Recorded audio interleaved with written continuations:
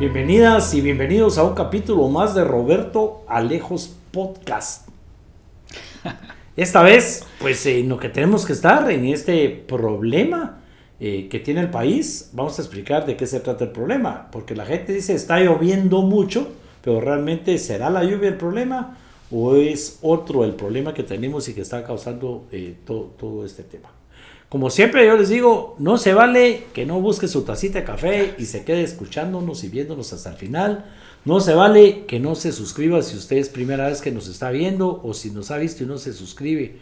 Va a estar muy interesante, pero además es un tema de actualidad que necesitamos conocerlo todos y sobre todo necesitamos conocer más, mejor, ustedes como población, a nuestro invitado del día de hoy.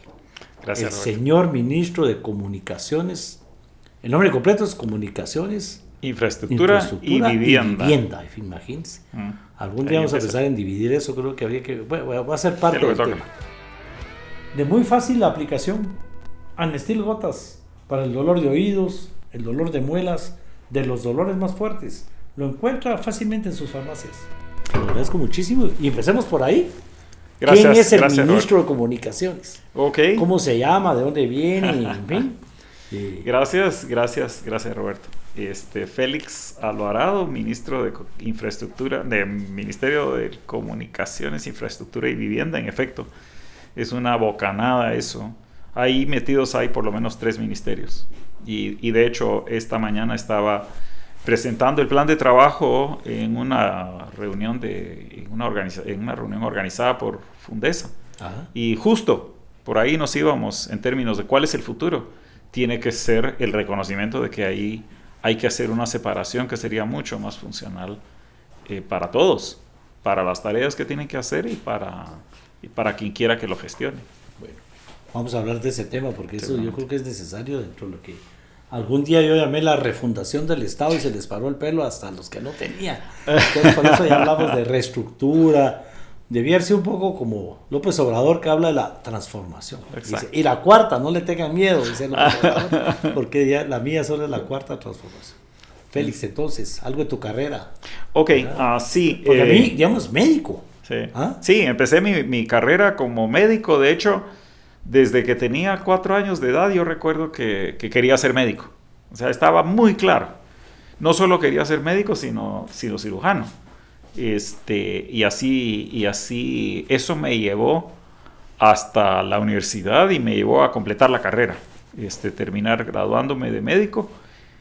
Ya en ese último año, cuando te toca hacer el EPS ahí en la San Carlos, te comenzás a topar con otras cosas que pasan en el mundo. Y aunque tuve un EPS que no fue en lo más profundo, no fue en la Guatemala profunda, fue realmente en una Guatemala que aún entonces, que era un poco más difícil las carreteras, hice el EPS en Bárcenas, en Villanueva. Y la verdad es que ya solo eso te comienza a exponer a que lo que aprendiste, lo que hiciste toda la carrera enfocada en la clínica, te das cuenta que la gente te regresa siempre con el mismo problema.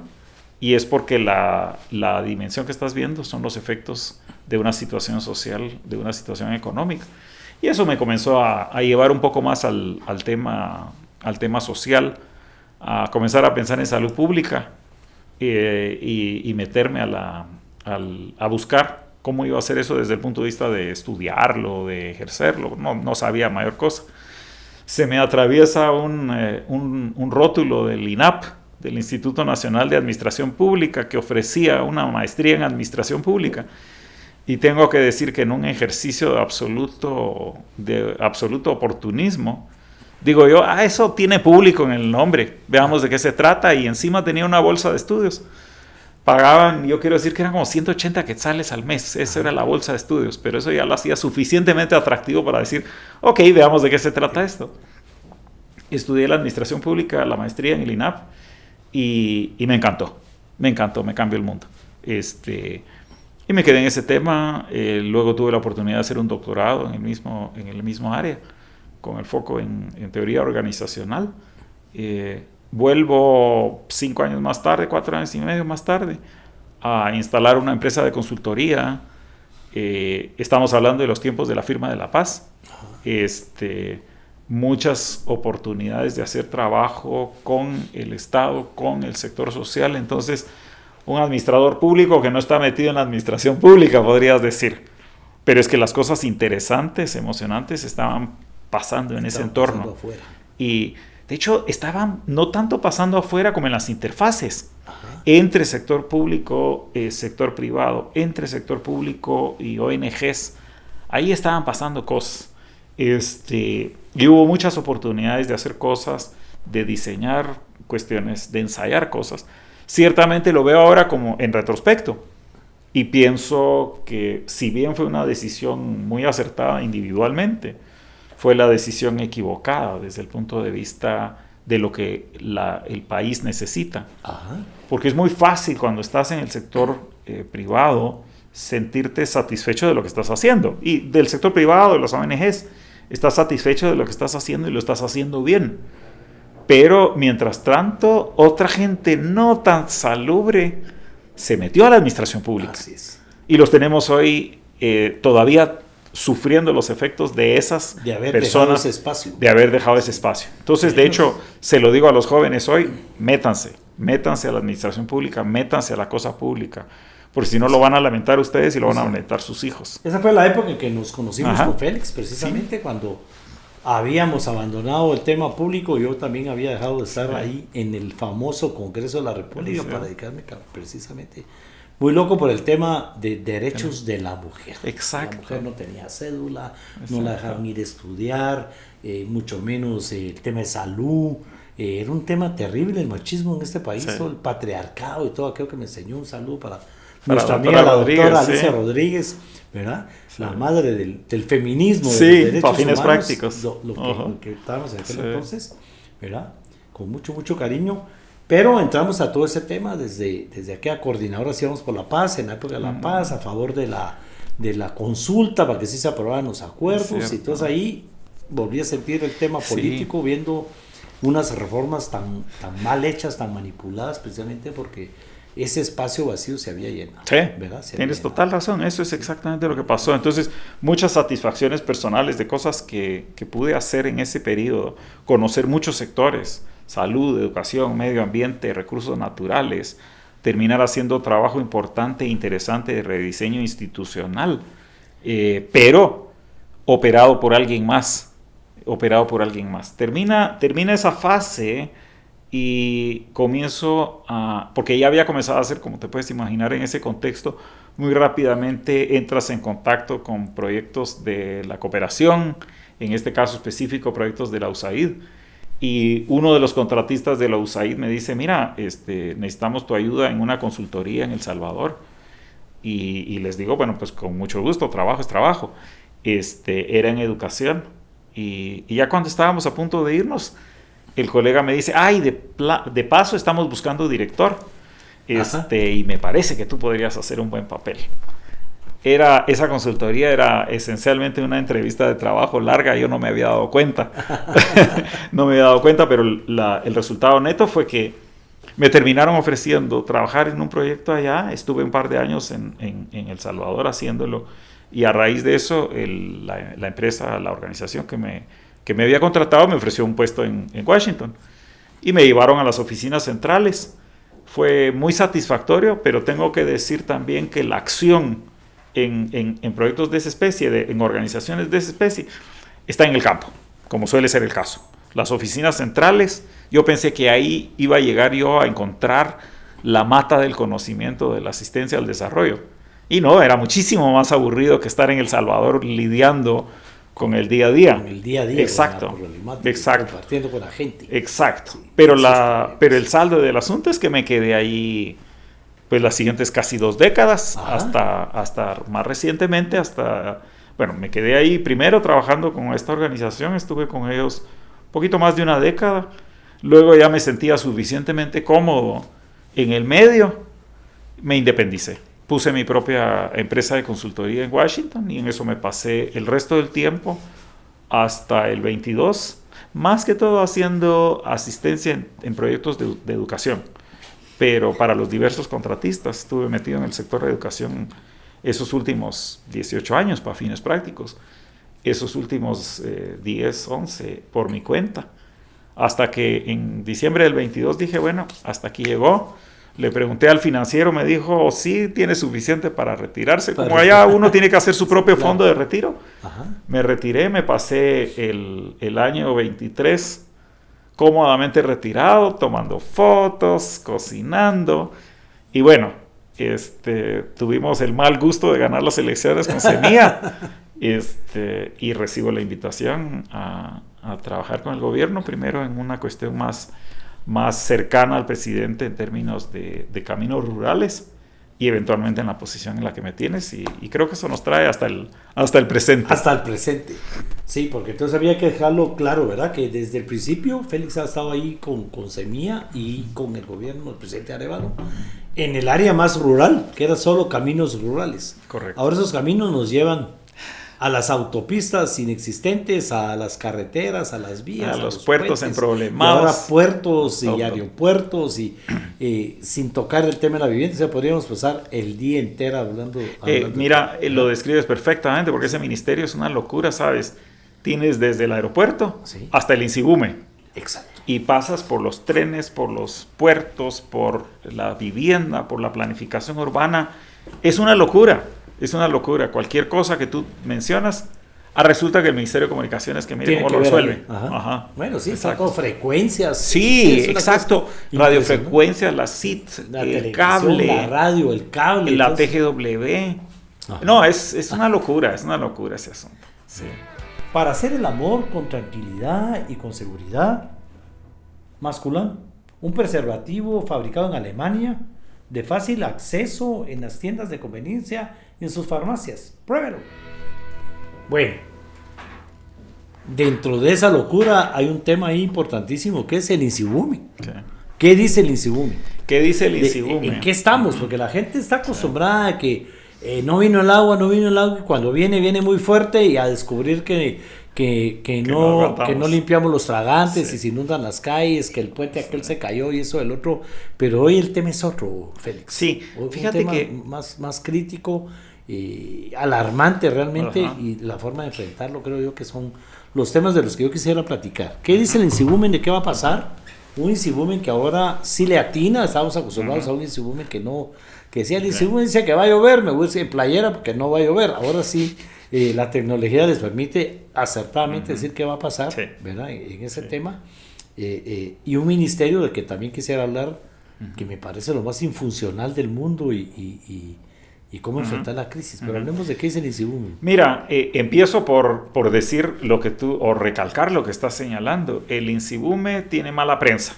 Ajá. O sea, por una historia, y que no es ni siquiera del propio INSIBUME, es que auténticamente en el pasado era considerablemente más difícil hacer predicciones precisas del clima y particularmente en entornos de mucha variación como el guatemalteco. Pero honestamente es de las unidades del Ministerio de Comunicaciones la que está en la frontera científica. De hecho, no he tenido la oportunidad de platicar aún con los colegas en el INSIBUME, pero tengo muchísimo interés en hacerlo porque el resto de la institución necesita aprender del INSIBUME en términos de la solidez científica y técnica, del uso de la data para la toma de decisiones. Así que vale la pena subrayar que tenemos una joya ahí metida que quizá no hemos sabido reconocer.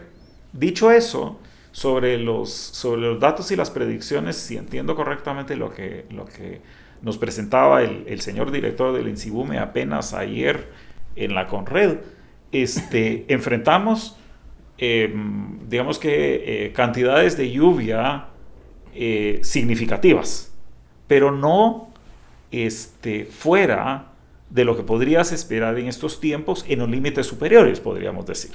Y eso va a seguir y se va a intensificar. Y vas a tener entonces lluvias importantes, sobre todo en la Boca Costa, en el norte, digamos en la frontera con México, pero nada que tú dijeras esto es imposible. ¿Dónde está el problema? El problema es que lo enfrentas con una institución que está derruida, que la capacidad que tendría que tener desde el punto de vista de prevención, de tener fondos de emergencia, de tener la capacidad de hacer contratos a tiempo, de mantener limpios los caminos, como señalas, está completamente destruida. Entonces, el problema que tienes no es simplemente uno del clima y de los fenómenos meteorológicos, es de ese clima, esos fenómenos, teniendo que dar respuesta con una institución a la que en los últimos 10 años se dedicaron a destruirla por la vía de la depredación, por la vía de la perversión, usarla para fabricar millonarios, no para limpiar carreteras, no para construir carreteras.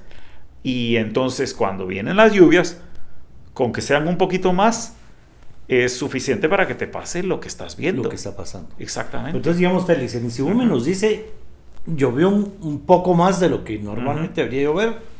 El fenómeno que nadie creía, el cambio climático es parte de la Agenda 2030, decía todo el mundo, pues ahí están las consecuencias del cambio climático. Para los que no la creyeron. Un verano en Guatemala que solo tenemos 2 temporadas, invierno y verano, un verano que duró muchísimo más, ya nos va a dar problemas de alimentación, de virus, es un tema que vamos a tocar más adelante. Entonces, acostumbrados a que cuando al fin llueve, ¿verdad?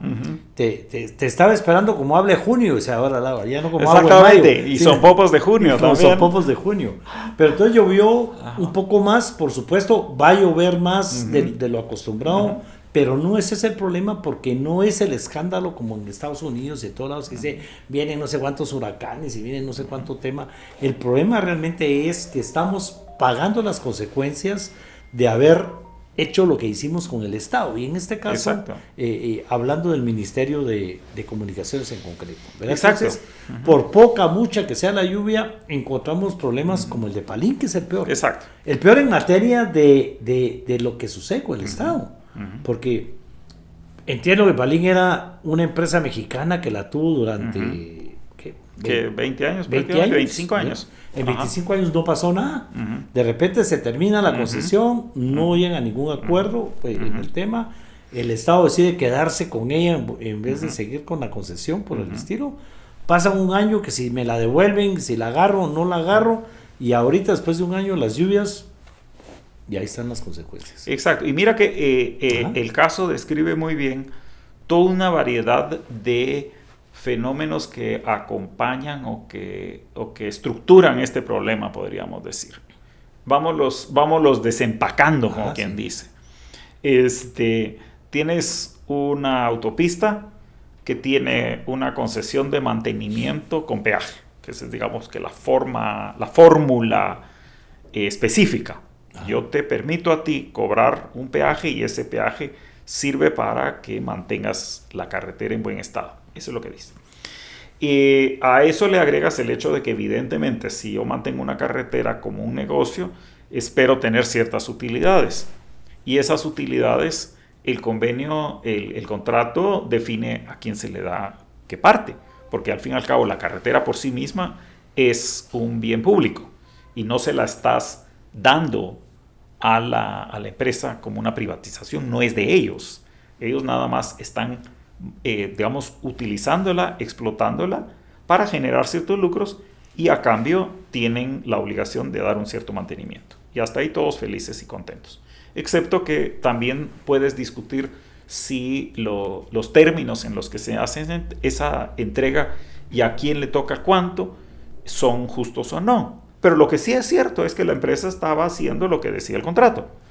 Así que tienes todo en ley. Termina la concesión por las razones que sean, y viene la administración anterior, el gobierno anterior, y no cierra el negocio. No cierra el negocio. El contrato tiene estipulaciones específicas de, mira, tienes que hacer esto que llaman el revertimiento, devolverle el control del bien que ya es público al Estado, y eso implica ciertos compromisos. En ese caso tienes que darle mantenimiento por 2 años, tienes que hacerte cargo de las reparaciones por ese periodo dentro del plazo en que se termina el revertimiento. El revertimiento no se da Entonces, ¿tengo la responsabilidad del mantenimiento que tengo que dar por 2 años después? ¿Sí o no? Y tengo responsabilidad de reparaciones, pero ¿reparaciones de qué? Pues resulta que la cinta asfáltica. Pero acá tienes un hoyo gigantesco que no compromete la cinta asfáltica, solo indirectamente. Y entonces, ¿quién tiene que atender ese asunto? Y como no terminaron de cerrar ese negocio, ni unos ni otros están claros de qué les toca hacer. Estamos en una zona gris. Y eso nos ilustra problemas más importantes y más complejos, como los que estás describiendo. Un Estado que no logra hacer valer el interés común, que no escribe contratos claros, que no cierra, cuando al fin terminan los contratos tampoco los cierra como Dios manda, y que finalmente, quedándose con el bien, no tiene las capacidades o no sabe cómo hacer la actividad, la tarea que antes estaba relacionando el concesionario. Entonces, ¿son las concesiones malas? Pues no, depende en qué términos los hacen. ¿Son malos las administraciones por el propio gobierno? Tampoco, depende en qué condiciones. El problema es que nosotros, nuestro estado de ruido es un poco como que nos hemos especializado en amarrarnos las correas de un zapato con las del otro. Ajá. Y no importa a qué ritmo quieras caminar, te vas a caer. Te vas a tropezar. Te vas a tropezar, exactamente. Lo primero que tienes que hacer es desamarrar esas correas, empezar de nuevo a amarrarlas bien. Derecha en la derecha, izquierda en la izquierda, y ahí ya decidamos qué quieres hacer. Ahí ese es el espacio en el que nos estamos moviendo. Y eso es lo que mi invitación es a que reconozcamos eso. Estas cosas hay que hacerlas bien. No porque el privado sea mejor que el público o porque el público sea mejor que el privado, sino que sea lo que se haga, que sea lo mejor para las circunstancias y sobre todo que sea lo mejor para el interés común. Y entonces ahí dentro podemos trabajar y podemos sacar beneficios para todos. Sí. Digamos, ese es un tema que la población lo desconoce, Félix, totalmente. Como por ejemplo, se derrumbó la carretera tal, yo no puedo ir a arreglarla porque todavía no la he recibido. Esa carretera todavía la tiene la empresa que la está construyendo, todavía está en la etapa de hacer cunetas, de pintar, entonces no la hemos recibido, todavía es responsabilidad de esa empresa. Pero para la población es responsabilidad del ministerio, y el ministerio tiene que ir a ver cómo repara lo que ahí pasó. Exacto. Y la empresa dice, pues yo no puedo reparar eso porque me deben, ¿verdad? Exacto. ¿Y por qué le deben? Porque no le di la comisión en el gobierno pasado al que sacaba el cheque y entonces no me había pagado. Yo tenía esperanza que ese gobierno que hacer diferente sí me pague, pero como apenas está empezando, no me ha pagado, entonces no tengo plata con qué ir a reparar eso que todavía es mi responsabilidad, si reconoce que es su responsabilidad. Y así cada carretera, cada puente, cada tierra tiene su historia, su pasado y su presente. Lo has descrito perfectamente. Eso es lo que sucede. Mira, nosotros hablamos de la cartera tóxica que heredamos. Son más de 1,400 contratos, cada uno con sus vicios. Algunos competidos en condiciones poco claras.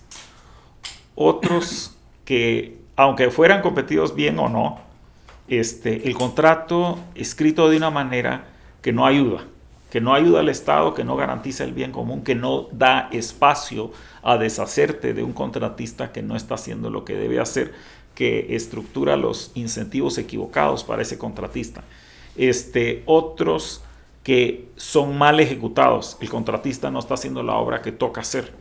Otros en los cuales tienes una supervisión defectuosa, porque desafortunadamente, como te imaginas, los contratos de obra pública incluyen un contrato para un contratista que hace la obra y un contrato para otro contratista que supervisa la obra. Pero resulta que ambos están fuera del control del ministerio y con frecuencia coludidos. Entonces resulta que tú vas y miras la documentación y la documentación te dice que fue el supervisor de la obra a revisar y todo está en regla, todo está bien, los papeles están perfectos, todo ha sido firmado, hasta que vas a buscar la obra y resulta que el asunto es un desastre, porque ahí lo que tienes es una oportunidad gigantesca de corrupción que ha sido bien aprovechada por la gente corrupta. Entonces tienes problemas en todos estos, tanto así que la tarea nuestra en relación a esa cartera tóxica es en primera instancia encontrar los proyectos que son rescatables, los que están ya más cerca de completarse, porque al fin y al cabo la responsabilidad nuestra es completar la obra pública. Esa es nuestra primera responsabilidad, dar el servicio, garantizar que la población tiene obra pública. Claro, que no es culpa de la población, que lo que no exacto, lo que tú dices. Esta empresa que es mala, corrupta, exacto, no terminó, yo lo que necesito es el puente. Pagaron, pero la gente espera que la terminen. Exactamente. Y la culpa va a ser, este ministro no sirve porque no terminó ni esto. Exacto. Y eso es lo que toca hacer en primera instancia, pero tengamos claros que completo, si logro tener éxito y completo esa obra, va a haber quien me acusa de que estoy trabajando con gente corrupta. Claro. Si no la termino, de que por qué no terminó la obra. Si la clausuro, si la termino, judicializándola, demandando a los involucrados, entonces resulta que el involucrado se va al arbitraje, y aquello queda judicializado durante 10 años en lo que se resuelve el asunto, y que probablemente el Estado, que es muy malo para pelear estas cosas, claro, termine teniendo que pagar cantidades monstruosas. Entonces todas las salidas son malas. Todas las salidas, aquí no hay buenas salidas, solo hay salidas menos malas. Y las tienes que encontrar en cada proyecto. ¿Y cuánto es la cartera tóxica? Me encantó el nombre de la cartera tóxica. Sí, ya te digo, son ¿sí? más o menos 1,400 proyectos. El monto en este momento no te puedo decir, no me recuerdo, pero incluso no solo no es relevante, sino que, o al menos no lo recuerdo, sino que depende cómo lo cuentas. Porque lo que sucede, hay quienes hablan de deuda, pero no es una deuda. Son compromisos. No es que se deba el dinero, sino que se deberá el dinero si la obra se hace. Entonces resulta que por cada quetzal que el ministerio tiene en la caja, tiene compromisos por 3 quetzales. O sea que empiezas por decir, por Dios, ojalá que no la construyan porque no tengo para pagarles. ¿Verdad? No tengo para pagarles. Y por el otro lado, que resulta que te piden cuentas de tu ejecución y tu ejecución está baja, porque no estás haciendo unos proyectos que no quieres hacer, porque son corruptos. Claro. Entonces, tienes una maraña metida en ese asunto que todas las soluciones son subóptimas. Con razón nadie quería aceptar. No, absolutamente. Doña Yasmín nadie quería aceptar el cargo. Exactamente, ¿verdad? Porque la única razón por la que tú recibes ese ministerio bajo reglas usuales, y lo miras cuando miras los salarios, es como el mesero.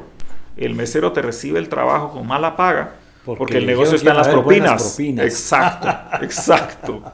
Bueno, y ahora hay que descubrir que la lucha es contra las propinas, ¿verdad, Félix? Sí, exacto. Y es el tema. Dignificar el asunto, exactamente. Igual que está sucediendo con los meseros, que el movimiento es hacia, paguémosle a los meseros lo que merece su trabajo y dejemos de tener esa arbitrariedad de propinas. Pues honestamente es lo mismo que está pasando en el ministerio. Acabemos con ese asunto. El mínimo, lo demás te lo completas con las propinas. Exacto, pero no, lo que necesitamos es obra pública bien hecha y eso requiere pagar como Dios manda, pero poder vigilar que se hace lo que se ofrece y lo que se compra. Bueno, y sí, todo otro, yo no sé del tema, ¿verdad? Pero digamos, también hay otro problema, que si se demanda a una empresa X porque hizo un mal trabajo y después, suponiendo que se gana la demanda rápido, lo cual no se da, las demandas aquí duran, ¿verdad? Décadas. 11 años duró la del puerto y ya los líos en los que estamos, ¿verdad? Resulta que entonces esa empresa, por haber perdido, ya no puede trabajar para el gobierno, y esa empresa tenía 4 carreteras más que se van a quedar tiradas. Exacto. ¿Cierto eso? Eso es exactamente el caso. Tienes una maraña de relaciones que, por la forma como está armado en la ley de compras y contrataciones, inhabilitas a un proveedor por un proyecto y lo inhabilitas para todos los proyectos que tiene, sin que puedas entonces resolver qué haces con los demás. Entonces, hay quienes, y hay gente en el Congreso que ha vociferado mucho en torno a las demandas judiciales. Pero esas demandas judiciales que suenan bien desde el punto de vista de un Estado vengativo. Usted le hizo daño al pueblo, ahora nos vamos a vengar con usted. Pero la verdad de los hechos es que terminan abriendo una puerta de daño aún más extenso.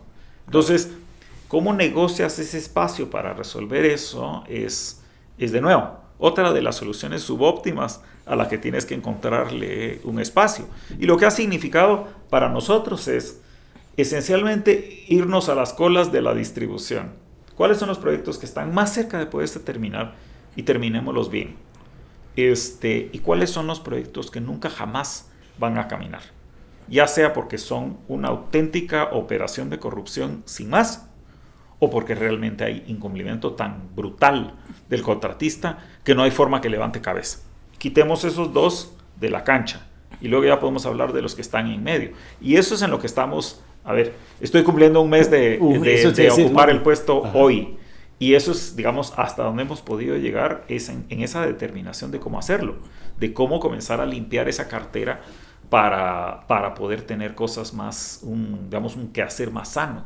Y me detengo un momento de poner un ejemplo en esto de los que son así insalvables por corruptos. Contratos hechos en la administración anterior, que fundamentalmente es un proyecto para construir, si no me equivoco, es un hospital en este caso, que cuando miras los planos son básicamente un cut and paste. Son planos que podrían haber sido para otro lugar. Y de hecho no son para en el terreno en el que estás, porque el terreno es disparejo y lo que tienes acá es un plano para un edificio que se pone sobre el plano. Entonces resulta que la primera actividad a realizar es movimiento de tierras. Como lo que tienes acá es un cerro, y aquí tienes un valle, pues vamos a cortar el cerro, rellenar el valle para tener una cosa plana donde podemos poner ese diseño. En vez de tomarnos el trabajo de hacer el diseño correcto para el perfil del terreno, gastamos una millonada en movimiento de tierras. Y después, el contratista desaparecido. Y lo que tienes es, para fines prácticos, la cancha de básquetbol más cara del país.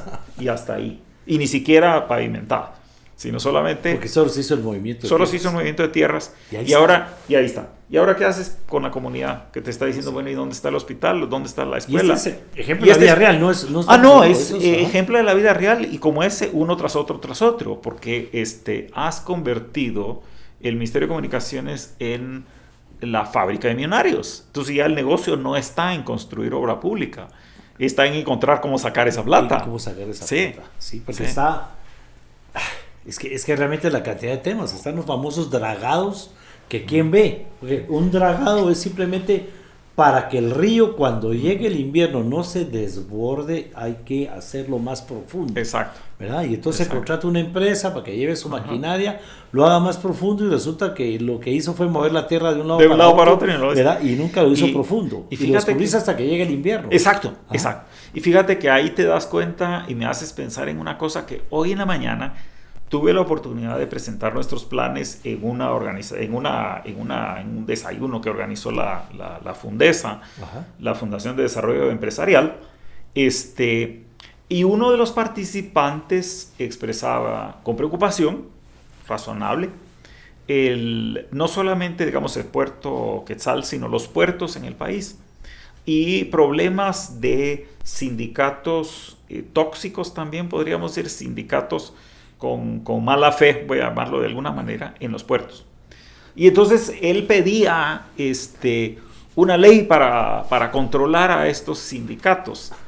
Y le respondía yo en los comentarios que no me parece, y tú eres el legislador aquí, así que tú lo podrás corregir si estoy perdido, pero mi poderosa impresión es que las leyes contra no sirven demasiado. Lo que quieres son leyes para. Entonces, si sales a perseguir sindicalistas, una ley contra el sindicalismo, es un poco como lo que pasó de resultado perverso con esto del dragado, porque la diputada Montenegro promovió una ley contra los dragados corruptos. ¿Y qué pasó? Que ahora que el puerto Quetzal está solvado, no puedes hacer el dragado. Entonces nos metimos un tiro en el pie por estar haciendo leyes contra el dragado, cuando realmente lo que necesitas es una ley para el dragado bien hecho, por decirlo de alguna manera. No para pararlo. Pues no. Exactamente, siempre. Y además encima, yo creo que la gente corrupta siempre es más, pues a mí me llama mucho la atención, porque la gente le pone una enorme cantidad de esfuerzo a la corrupción, sí, que casi diría uno, mire mano, para eso hágalo bien, porque la cantidad de ejercicio, de esfuerzo que usted le pone es significativa. Y eso es lo que sucede. El momento que sacas una ley contra, la gente encuentra la comba al palo. De postulación. Exacto. Cuanta ley sabe, y le encuentras la forma. Y este es un ejemplo, si quieren, casuísticos, pero creo que de alguna manera ilustran esto que estás diciendo. Sí, porque la gente dice, echa la ley, echa la trampa. Y eso sí. Echa la ley y encuentran la trampa. Quienes quieren usar la trampa para usar. Félix, entonces te toca hacerte cargo de un ministerio que tiene los siguientes problemas. Uno, increíblemente grande, con temas diversos que van desde puertos, aeropuertos, vivienda, las frecuencias de televisión, cable, etcétera, carreteras, ríos, todo el tema del INSIBUM, hasta los volcanes son parte del tema de la volcanología, prevención de desastres, es una cosa enorme, primer tema, ¿verdad? Segundo tema, un presupuesto, que es otro tema que la población no entiende, porque la gente cree que se arruinó Palín, manden 5 camiones, muchachos, eso urge. Para empezar, no tiene el ministerio su propio equipo, su propia flotilla, como tenía antes un Caminos, una zona vial que para eso servía, eso ya no existe.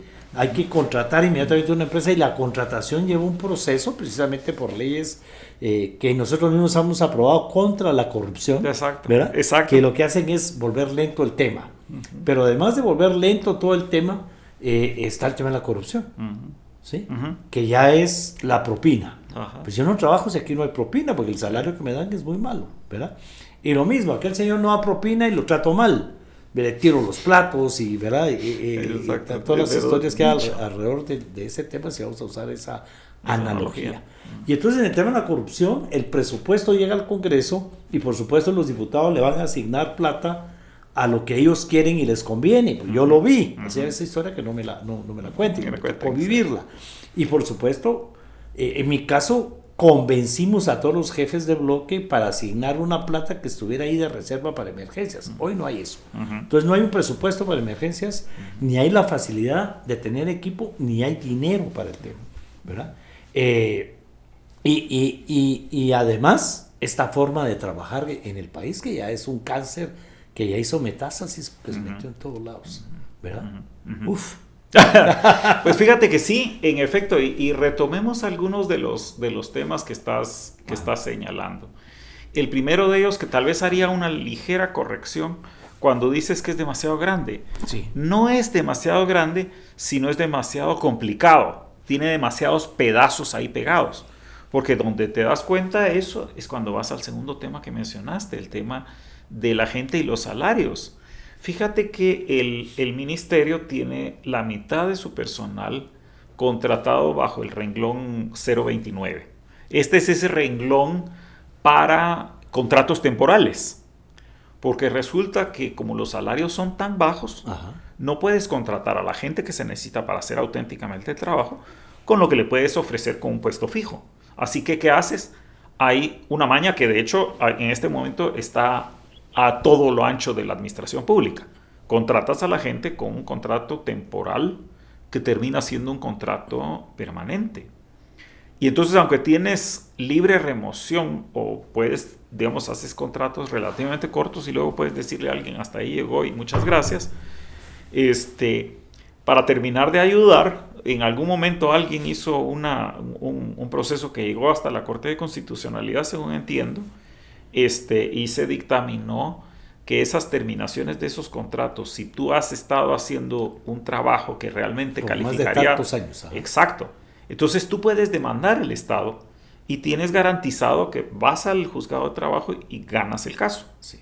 Regresas a la institución y dices, mi salario caído, y me reinstituye. Y regresamos al tema anterior. Como los juicios en este país duran muchísimo, lo tienes que reinstalar y Exacto. los sueldos caídos son 4 años 2 años, 3 años, 4 años de salario salario sin haber trabajado en la institución. Y así tenemos en este momento 55 millones de quetzales que pagar en este tipo de arreglos judiciales.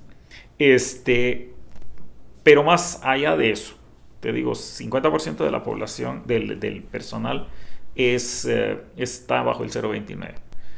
40% de la población de los empleados están bajo el 0,31. Y el 0,31 es un renglón presupuestario heredado del viejo Ministerio de Comunicaciones, de cuando tenías justamente Caminos Grande, y son esencialmente contratos de peonaje, donde estás pagando poquito por encima del el salario mínimo por hacer labores de construcción o mantenimiento en los caminos. Una enorme masa de personas que tienen salario mínimo y calificaciones absolutamente mínimas. Y con eso quieres construir el ministerio del futuro. Ok, si tú lo dices, ¿verdad? Eso lo tenemos que rehacer enterito.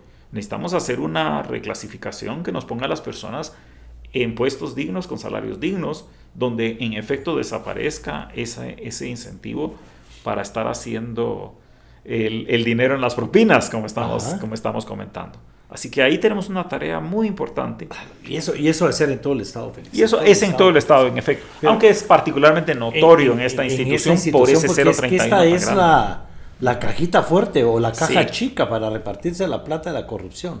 Es la forma más grande, amplia y relativamente fácil de hacerlo. Y ahí regreso a otro tema que mencionaste, que lo que señalabas, que tú lo viste suceder en el Congreso.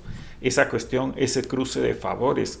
Con los colegas en el equipo lo estamos llamando la tramocracia. Lo que el ministerio tiene es una tramocracia que involucra a los diputados, a los alcaldes, a los contratistas, a los propios líderes comunitarios, en el que todo mundo está preguntando por su tramo, por sus 15 kilómetros, por 2 kilómetros, 6 kilómetros, porque ¿qué sucede? Y es que en efecto, sobre todo, sucede en el caso de los caminos, porque los caminos son el plato fuerte del ministerio, ahí está la plata en serio. El ministerio hace periódicamente un plan de desarrollo vial, que es un plan maestro. Dice, miren, el país para poder prosperar necesita este conjunto de carreteras. Carreteras grandes, carreteras chiquitas, carreteras medianas, por aquí, por allá. Y saca las cuentas. Te dice cuántos kilómetros, te dice qué clase. De ahí te saca cuánto cuesta. Esto no es ingeniería genética, digamos, es ingeniería civil. Bastante conocida desde los tiempos de los romanos. Pero sacas la cuenta y dices, esto es lo que hay que hacer. Y sacas la cuenta de cuánto cuesta. Y si, como en este caso, el plan se hizo en el 2018 y llega al 2032, dices, bueno, son 15 años. Y son 15 años para hacer esto y para gastar esto. Esto no debiera ser particularmente difícil decir, órale, ahora ponle un quinceavo de eso cada año y construye las carreteras. ¿Qué más quiere? Pero resulta que haces el plan y hasta ahí llega. Lo único que hay es el plan. De ahí en adelante es sálvese quien pueda. O para ser más precisos, el que tiene más saliva traga más pinol. Esa es la regla básica. Entonces viene el alcalde que ha estado allí en su pueblo y desde siempre ese camino no ha sido construido, pavimentado, y dice, esta va a ser mi causa. Y va con el diputado distrital y le dice, mire mano, écheme una mano para que nos hagan este camino. Y el diputado dice, con muchísimo gusto, que se va a dar. Y el diputado va con el funcionario en el Ministerio de Comunicaciones y le dice, mire, aquí vengo con el alcalde, necesitamos este tramo. Y el funcionario le dice, con muchísimo gusto, que se va a dar. Y entonces te das cuenta que muy rápidamente se construye en nombre de hacer los caminos una excusa perfecta para generar corrupción. Y lo peor es que las propias instituciones desde el plano técnico lo fomentan, porque van el diputado, el alcalde y sus adláteres a visitar a la gente en la CEGEPLAN y no de mala fe, sino con el corazoncito puesto en lo técnico. En la CEGEPLAN le dicen, bueno, deme los estudios de preinversión de su camino para que lo podamos hacer. Y por supuesto el alcalde viene de una comunidad donde hay 4,000 personas, todas pobres. ¿Y cuáles estudios? Sí, pues. ¿Cuál unidad de planificación? Nada. Entonces llegas allá y te dicen esto en la CEGEPLAN y tú dices, ¿y cómo así usted? Pues en la CEGEPLAN hacen el trabajo fácil y le dicen, vaya y averigüe y cuando los tenga regrese. Así que se va el alcalde un poco decepcionado, pero muy, muy, muy emprendedor, a encontrar quién le ayuda con los famosos estudios. Y en el mejor de los casos, encuentra un cooperante que le dice que se los hace. Porque además el Estado te dice que no puedes hacer preinversión como parte de los proyectos. Pero encuentra a alguien que se lo haga. Y ese alguien muy generosamente se los hace y resulta que es contratista. Le dice, no tenga pena, alcalde, yo se los hago. Ajá. Solo recuérdese a la hora de asignar la obra. Yo le hago los estudios. ¿Quién le ayudó? ¿Verdad? Claro, ¿verdad? Y para que después me la asigne a mí. Exacto. Entonces resulta que lo que parece un requerimiento técnico en la CGPLAN se convierte en una oportunidad más para abrir la puerta de la corrupción. Y lo mismo termina pasando cuando van a finanzas. Cuando al fin tienen los estudios, van a finanzas y finanzas le dice, con mucho gusto, si hubiera disponibilidad. Entonces, solo entra el presupuesto cuando al fin hay plata dentro del renglón. Entonces, a alguien se le ocurre que sería buena idea de que ese tramo que ya recorrió todo ese recorrido difícil, que pueden ser 6 años, 10 años de estar pidiendo tu tramo, eventualmente entra el presupuesto con nombre y apellido. Tramo 001-01-0001 de 15 kilómetros de la aldea tal a la cabecera tal, con tantos quetzalitos para hacerlo. La cosa está de cabeza. Y lo que decimos nosotros con el equipo es que le tenemos que dar cara vuelta a eso. Si usted ya planificó los tramos, lo que le toca hacer es diseñarlos. Ya no hay que darle muchas vueltas. Lo que necesitas es un cuarto lleno de ingenieros diseñando a tiempo completo. ¿Diseñando qué? Todo.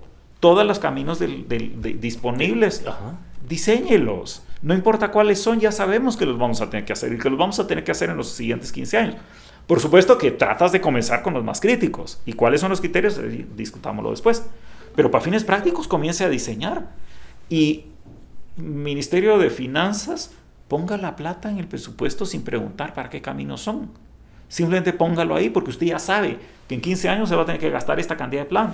Así que lo que necesitamos es un programa de carreteras. No un proyecto del tramo X y un proyecto del tramo Y. No, necesitamos un programa. Por supuesto, de todas maneras hay que ponerle chequeos, controles y toda la cosa, porque la gente, de nuevo, son muy vivas para robar. Pero ese no es problema del presupuesto, es problema de la gente viva. Mete el programa, pon la plata, comienza a producir diseños y comienza a financiar los diseños que están hechos. Y así caminamos para adelante. Esa es la lógica programática que queremos empujar, que de una vez te mata el negocio de la tramocracia. Porque ya no vas a tener que preguntarle al diputado si se hace su tramo. Se hará cuando esté la planificación. Cuando esté programado. Pero entonces, Félix, aquí hay varios problemas. Digamos, uno, el monstruo desordenado, no tan grande, sino lo monstruoso, digamos, que es el Ministerio de Comunicaciones, transporte, vivienda, infraestructura, telecomunicaciones y todo. Y demás hierbas. Y demás hierbas, lo monstruoso que es. 2, ese día a día de mantenimiento, de hacer esto, hacer lo otro, porque todo se está destruyendo, producto de esta forma de trabajar de los últimos años, ¿verdad? Que se ha ido agravando en los últimos años, ¿verdad? Pero ahorita la gente tenemos nuevo ministro, todo se está hundiendo, no solo por el agua, le estamos contando que el problema no es el agua, sino por lo mal que están las construcciones y el mantenimiento, y la gente dice, ¿qué va a hacer el ministro? Porque la tarea nos da para hablar todo el día de todo lo que hay que cambiar. Exacto. Pero para entrar en la crisis de ahorita, ¿qué vamos a hacer? ¿Qué haces? Exactamente. ¿Sí? Bueno, tienes que mesurar y no te queda más remedio que escoger tus batallas. Escoger tus batallas. ¿Dónde están los puntos críticos? De cara a la temporada de lluvias, ya hace un mes y medio, no, un mes, porque bueno, tengo un mes, así que no puede haber sido un mes y medio, pero hace un mes y poquito, se comenzó a hacer la planificación para enfrentar la temporada de lluvias. Y hago una pequeña salvedad, no quiero sonar quejoso, pero es una realidad. Generalmente, todos los años, la contratación de las empresas que van a hacer el mantenimiento se inicia en noviembre del año anterior. Nuestros buenos amigos del gobierno anterior no lo hicieron. No diremos si es por chambones o por maliciosos, pero el hecho es que no lo hicieron. No comenzaron los eventos de concurso para tener esa capacidad lista y disponible. Así que tocó correr con eso y entramos a la temporada de lluvias con menos capacidad instalada de la necesaria. Afortunadamente, haciendo esfuerzos de alianza y alineación con el cuerpo de ingenieros, con algunas empresas que nos echan la mano y particularmente situando nuestros recursos tan cerca como sea posible de los puntos que son conocidos como puntos problemáticos, para que podamos responder más rápido. Y ahí aprovecho para hacer el comercial. Hay un número de teléfono, el 1520 de Covial, al cual la ciudadanía puede reportar daños en la carretera de cualquier índole.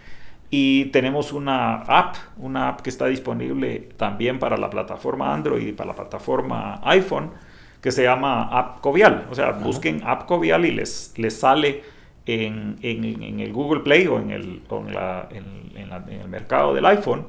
Lo pueden descargar, colocarlo en su teléfono, y entonces cuando que te encuentras que hubo un derrumbe, que si hay piedras en la carretera, cualquier cosa, tomas foto, haces el reporte y lo envías, y eso tiene la enorme ventaja de que nos dice de una vez dónde exactamente ha sido el siniestro. Y entonces podemos responder más rápido. Entonces la invitación a la ciudadanía es a que nos ayude a identificar, porque obviamente hay algunos incidentes grandes como el de Palín, pero la gran mayoría son incidentes un poco más pequeños, pero que pueden ser significativos para la seguridad y transitabilidad la seguridad de las personas y la transitabilidad de los caminos. Entonces hacer ese reporte nos ayuda a responder más rápido entre las brigadas de Covial, las zonas viales de caminos, poder responder de una manera más ágil y con estos otros socios. Perfecto. Eso es, como quien dice, lo que tenemos desde el punto de vista de la urgencia, de lo que está sucediendo. O sea que le puedo decir a la población que a pesar de que es un ministerio fallido, digo yo, un ministerio infuncional como todo el Estado, un ministerio que realmente hay que reestructurarlo totalmente, a pesar del problema de que por hacer la lucha contra la corrupción lo hemos complicado más y hacemos más difícil el traslado de fondos y ejecutar el tema, a pesar de que los contratos no son de gente que debería estar haciendo carrera de servidor público, sino gente temporal con unos salarios que no son, o sea, a pesar de todo el desorden aumentado por el tema de la corrupción, que es horrorosa esa cadena de corrupción que está por todos lados, con esa frase, ¿y qué se va a dar? Exactamente, ¿y qué se va a dar? En ese tema, entonces está la propina. A pesar de eso, está el ministerio preparado, la gente no tiene que afligirse está tan preparado como crisis puede. Ya. Yo creo que sí tiene que preocuparse en el sentido de que ese estar preparado es por debajo de las necesidades. Y no tomarlo, y en ese sentido yo soy optimista, no tomarlo desde el punto de vista de aquí no hay nada que hacer y así vamos a estar y así ha sido siempre. Todo lo contrario, debemos tomarlo como un acicate para que esto no vuelva a suceder. Y francamente empiezo y voy a dar muestras de mi persuasión y mis ideas políticas. Pero eso no es ninguna sorpresa, estoy trabajando con este gobierno, así que se esperan. Pero para fines prácticos, la primera cosa que tiene que entender la ciudadanía es no vote por corruptos. Disculpe, pero es difícil, pero no imposible, determinar quiénes vienen al negocio para robar. No importa lo que le digan a usted, hay que comenzar a escoger gente que es técnicamente competente y es éticamente comprometida, por si no sales de esta.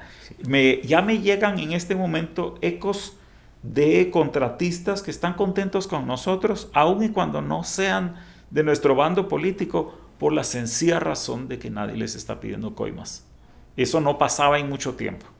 Eso es lo que necesitas. Claro, y es un poco lo que pasó en el Congreso. Nos queremos salir de aquel lado porque allá es bien difícil. Los constructores estarán en las mismas. Exactamente. Bueno, el ministerio no tiene 100% lo que se necesita, pero está preparado. Pero nos podemos le va a entrar la crisis y con su ayuda, usando la aplicación, usando este número, se puede salir mejor. ¿Qué haría falta? ¿Un mensaje a quién? ¿Los diputados se necesita presupuesto? Sí. Para empezar, que dejen de estar pidiendo plata para sus obras y dejen la plata para la emergencia. Sí. ¿Qué faltaría para cerrar? Con los diputados tienes total razón. El primer mensaje es un mensaje de trabajemos juntos, no en función de simplemente darle atención a nuestro ego a cualquier costo. Sí. O sea, realmente bloquear el quehacer del ministerio a través de citaciones que te hacen ver bien en la tele, pero que no necesariamente van al ajo del problema o de los problemas, y que definitivamente no salen conclusiones específicas que ayudan en ese momento. Esas citaciones, que no necesariamente lo son todas, y no todos los acercamientos entre diputados e institución son negativos. Y sin duda, los diputados tienen una responsabilidad de vigilancia de lo que hacemos quienes estamos en el Ejecutivo. Pero hay una parte considerable que no tiene nada que ver con eso, sino que es más una cuestión de show político o de búsqueda de otros réditos. Ese asunto lo único que hace es estorbar. Y no estorbarnos a nosotros, que lo hace. Es estorbar el interés público, el interés nacional. Yo sacaba las cuentas cuando tenía 19 días de ejercicio, ya había recibido 17 citaciones. Tengo la enorme ventaja que no tienen las personas que trabajan conmigo, de que puedo en efecto derivarlas hacia alguien más. Pero el viceministro de Infraestructura, que es el más emproblemado estos días, lo decía sin tapujos. Estuvimos hablando aquí. Exactamente. Él y los 3 directores de Caminos, Covial y del Fondo de Solidaridad, que tendrían que estar atendiendo estas cosas, estaban metidos en el Congreso día sí, día no. De hecho, me decía él, hoy justamente, que este era el primer día que no había tenido citaciones, desde que empezó. Y él tiene apenas, pues, yo veo 2 que hay semanas. un tema ahí nuevo, y es: invitemos a los diputados a que vayan a ver la obra, ¿verdad? Y en vez de llevar al funcionario exacto, Congreso, y eso es, ¿verdad? o sea, se los he dicho a los diputados, puerta abierta, necesitamos trabajar juntos, y muchas cosas, y me lo dicen ellos mismos, muchas cosas se pueden resolver con una visita amistosa, con un atender el problema. Pero tanto ellos como nosotros estamos atrapados en esto de la tramocracia. A donde tenemos que ir, y eso también se los digo, es a un sistema como el que te describía, donde programamos, donde no simplemente estamos transando tramos, podríamos decir, pues si no, no salimos de eso. ¿Qué más tenemos que abordar? Yo tengo tres temas prioritarios. El primero lo llamo dignificación, porque eso es dignificación de la gente del ministerio. Particularmente los ingenieros son el corazón batiente del ministerio. Esa es gente que resuelve, vos. Yo no sé si vos tenés familiares ingenieros, yo tengo un ingeniero. Ese piensa distinto de los demás. Porque ellos lo que les gusta es, les das un problema y lo resuelven. De eso se trata. Y los ingenieros eso les gusta y lo hacen bien. Pero los hemos convertido en unos sujetos de un baile corrupto, de mire, redúzcale a esto para que quede más ganancia, haga esto mal, o termina simplemente contratando a los más incompetentes de la promo porque ya nadie quiere trabajar dentro del ministerio. Entonces, recuperar la dignidad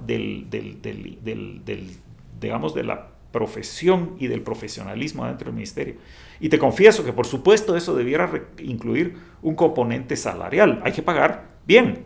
En este momento no estoy ahí, y te lo puedo decir de una vez, pero lo que sí puedo hacer es comenzar a traer gente que quiera trabajar en el ministerio, no por los salarios, sino por las oportunidades. Y eso significa sobre todo talento joven. La gente que está empezando la carrera, que vea en el ministerio un lugar donde pasan cosas, un ministerio donde se aprenden cosas. Y entonces, así como cuando yo era estudiante de medicina, te pagan una nada, pero lo haces porque estás aprendiendo. Porque estás aprendiendo. Queremos hacer un ministerio escuela. Queremos que sea un ministerio donde vos vas como ingeniero joven a empezar tu carrera, porque ahí está lo más interesante de la tecnología, del quehacer institucional. Y si después te quieres ir al sector privado, maravilloso, aprendiste cosas buenas. Aprendiendo al Estado, que es bueno. Exacto. El segundo, que se amarra con es la tecnología. Tenemos que introducir tecnologías que nos ayuden a hacer mejor el trabajo, primero porque atraen a esos jóvenes. Yo no te voy a traer al ministerio si te digo que lo que vas a estar haciendo es usando un teodolito que ya funcionaba en 1895. Te tengo que ofrecer algo un poquito más interesante. Lo necesito para hacer mejor control de obras. Lo necesito sobre todo para hacer una supervisión más efectiva. Hay tecnologías modernas que se pueden usar. Entonces, para seguir de cerca. Tecnología. Y la tercera es la pieza clave desde el punto de vista sustantivo, la supervisión de obra. El problema es que hoy el ministerio contrata, paga, pero no sabe qué está recibiendo. Necesitamos recuperar la capacidad de supervisión. Tenemos que ser capaces de vigilar que en efecto se está haciendo lo que estamos pidiendo. Lo que tú contabas de los dragados es un buen ejemplo, ¿verdad? Tenemos que ser capaces de saber si lo que compramos era una carretera que tiene 10 centímetros, tiene 10 centímetros de profundidad y no otra cosa. No llega al río que ya se dragó y la tierra se la tragaron, se la comieron, la vendieron. Exactamente, no sabes qué pasó. Y eso de la supervisión al corto plazo no lo podemos hacer nosotros. Tenemos que contratar a una tercera parte incorruptible porque no tiene parte en el negocio. Nuestra apuesta es el realizar un convenio con la UNOPS para que ellos hagan la supervisión, para que sea un tercero que no tiene nada que ver con el negocio, el que dice, aquí está pasando, aquí no está pasando. Pero al corto plazo tenemos que comenzar a desarrollar la capacidad propia.